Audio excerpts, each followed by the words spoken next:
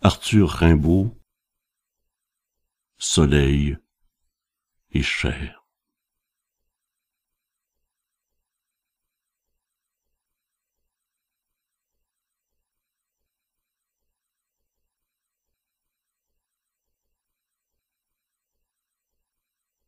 Le soleil, le foyer de tendresse et de vie, verse l'amour brûlant à la terre ravie. Et quand on est couché sur la vallée, on sent que la terre est nubile et déborde de sang, que son immense sein, soulevé par une âme, est d'amour comme Dieu, de chair comme la femme, et qu'il renferme, gros de sève et de rayons, le grand fourmillement de tous les embryons. Et tout croît, et tout monte. Ô Vénus, ô déesse, je regrette les temps de l'antique jeunesse, des satyres lascifs, des faunes animaux, dieux qui mordaient d'amour l'écorce des rameaux et dans les nénuphars baisaient la nymphe blonde. Je regrette les temps où la sève du monde, l'eau du fleuve, le sang rose des arbres verts, dans les veines de Pan mettait un univers, où le sol palpitait vert sous ses pieds de chèvre, où baisant mollement le clair syrinx, sa lèvre modulait sous le ciel le grand hymne d'amour. Où debout sur la plaine, il entendait autour répondre à son appel la nature vivante, où les arbres muets, berçant l'oiseau qui chante, la terre berçant l'homme, et tout l'océan bleu et tous les animaux aimaient en Dieu. Je regrette les temps de la grande Cybèle, qu'on disait parcourir gigantesquement belle sur un grand char d'airain les splendides cités. Son double sein versait dans les immensités le pur ruissellement de la vie infinie. L'homme suçait heureux sa mamelle bénie, comme un petit enfant jouant sur ses genoux. Parce qu'il était fort, l'homme était chaste et doux. Misère. Maintenant il dit, je sais les choses, et va les yeux fermés, les oreilles closes.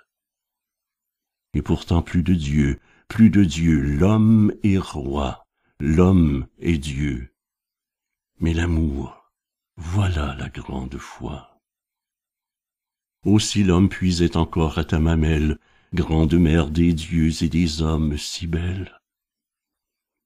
S'il n'avait pas laissé l'immortelle Astarté, qui jadis émergeant dans l'immense clarté des flots bleus, fleur de chair que la vague parfume, montra son nombril rose où vint neiger l'écume, et fit chanter, déesse aux grands yeux noirs vainqueurs, le rossignol au bois, et l'amour dans les cœurs.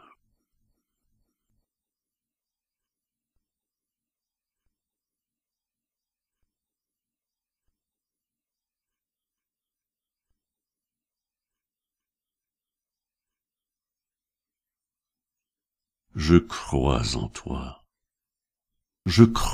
toi, divine mère, Aphrodite marine. Oh, la route est amère, depuis que l'autre Dieu nous attelle à sa croix. Chair, marbre, fleur, Vénus, c'est en toi que je crois.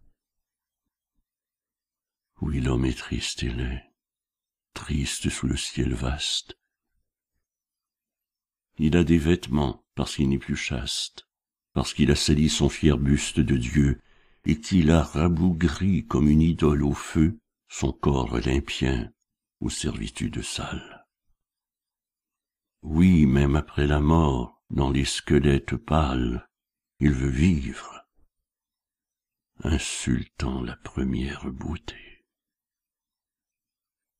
Et l'idole où tu mis tant de virginité, où tu divinisas notre argile, la femme, afin que l'homme pût éclairer sa pauvre âme et monter lentement dans un immense amour, de la prison terrestre à la beauté du jour. La femme ne sait plus même être courtisane, c'est une bonne farce, et le monde ricane. Au nom doux et sacré de la grande Vénus.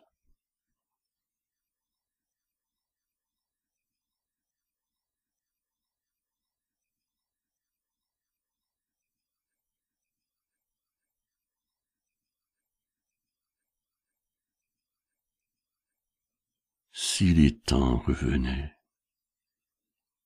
les temps qui sont venus, car l'homme a fini, l'homme a joué tous les rôles.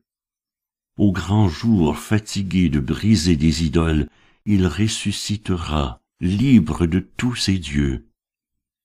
Et comme il est du ciel, il scrutera les cieux.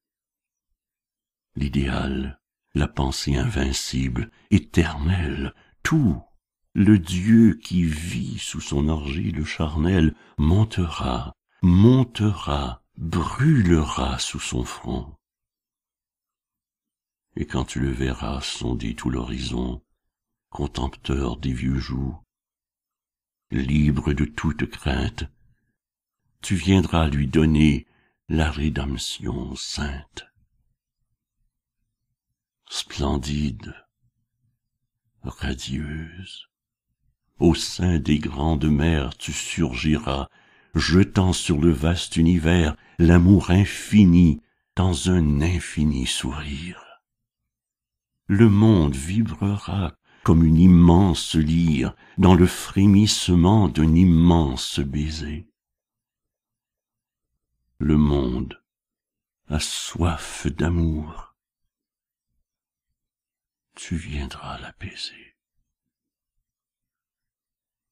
Oh, l'homme a relevé sa tête, libre et fier, et le rayon soudain de la beauté première fait palpiter le Dieu dans l'autel de la chair. Heureux du bien présent, pâle du mal souffert, l'homme veut tout sonder et savoir. La pensée, la cavale longtemps, si longtemps oppressée, s'élance de son front, elle saura pourquoi. Qu'elle bondisse libre, et l'homme aura la foi. Pourquoi l'azur muet et l'espace insondable? Pourquoi les astres d'or fourmillant comme un sable? Si l'on montait toujours, que verrait-on là-haut? Un pasteur mène-t-il cet immense troupeau de monde cheminant dans l'horreur de l'espace? Et tous ces mondes-là, que l'éther vaste embrasse, vibrent-ils aux accents d'une éternelle voix? Et l'homme peut-il voir, peut-il dire « je crois » ? La voix de la pensée est-elle plus qu'un rêve? Si l'homme naît si tôt, si la vie est si brève, d'où vient-il? Sombre-t-il dans l'océan profond des germes, des fœtus, des embryons, au fond de l'immense creuset d'où la mère nature le ressuscitera, vivante créature, pour aimer dans la rose et croître dans les blés? Nous ne pouvons savoir. Nous sommes accablés de manteaux d'ignorance et d'étroites chimères. Singes d'hommes tombés de la vulve des mers, notre pâle raison nous cache l'infini.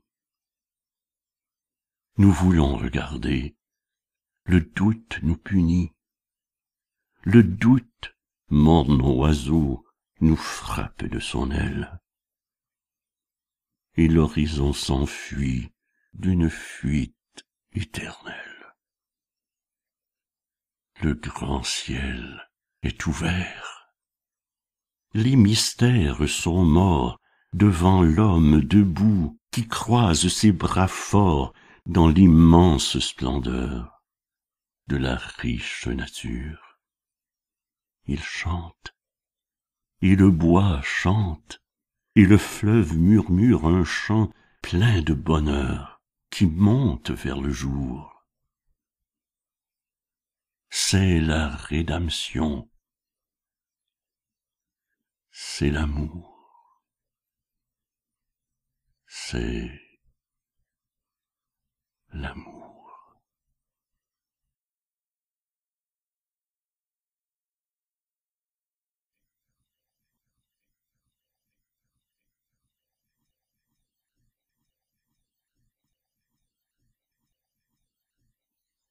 Ô splendeur de la chair, ô splendeur idéale, ô renouveau d'amour, aurore triomphale, où courbant à leurs pieds les dieux et les héros, Callipyge la blanche et le petit Eros effleureront, couverts de la neige des roses, les femmes et les fleurs sous leurs beaux pieds écloses.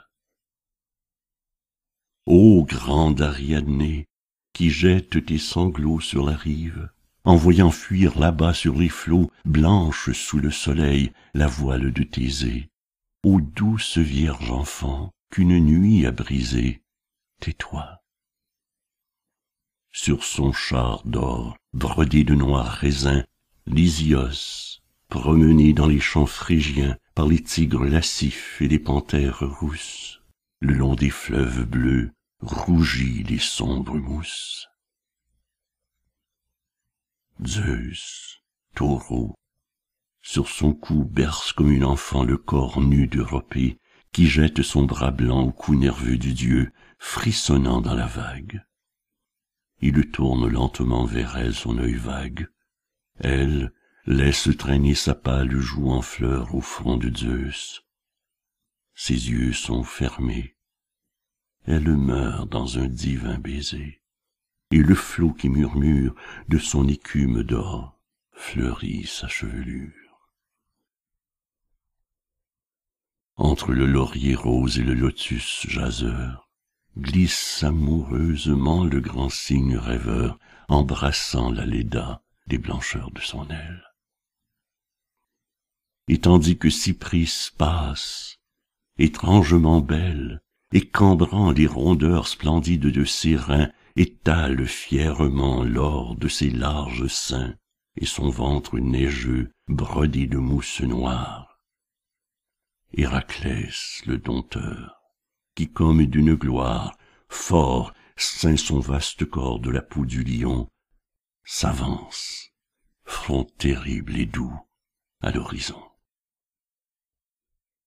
Par la lune d'été vaguement éclairée, debout, nu et rêvant dans sa pâleur dorée que tache le flot lourd de ses longs cheveux bleus dans la clairière sombre où la mousse s'étoile, la dryade regarde au ciel silencieux. La blanche Sélénée laisse flotter son voile, craintive, sur les pieds du bel Endymion, et lui jette un baiser dans un pâle rayon. La source pleure au loin dans une longue extase. C'est la nymphe qui rêve, un coude sur son vase, au beau jeune homme blanc que son onde a pressé. Une brise d'amour dans la nuit a passé, et dans les bois sacrés, dans l'horreur des grands arbres, majestueusement debout, les sombres marbres, les dieux, au front desquels le bouvreuil fait son nid, les dieux écoutent l'homme et le monde infini.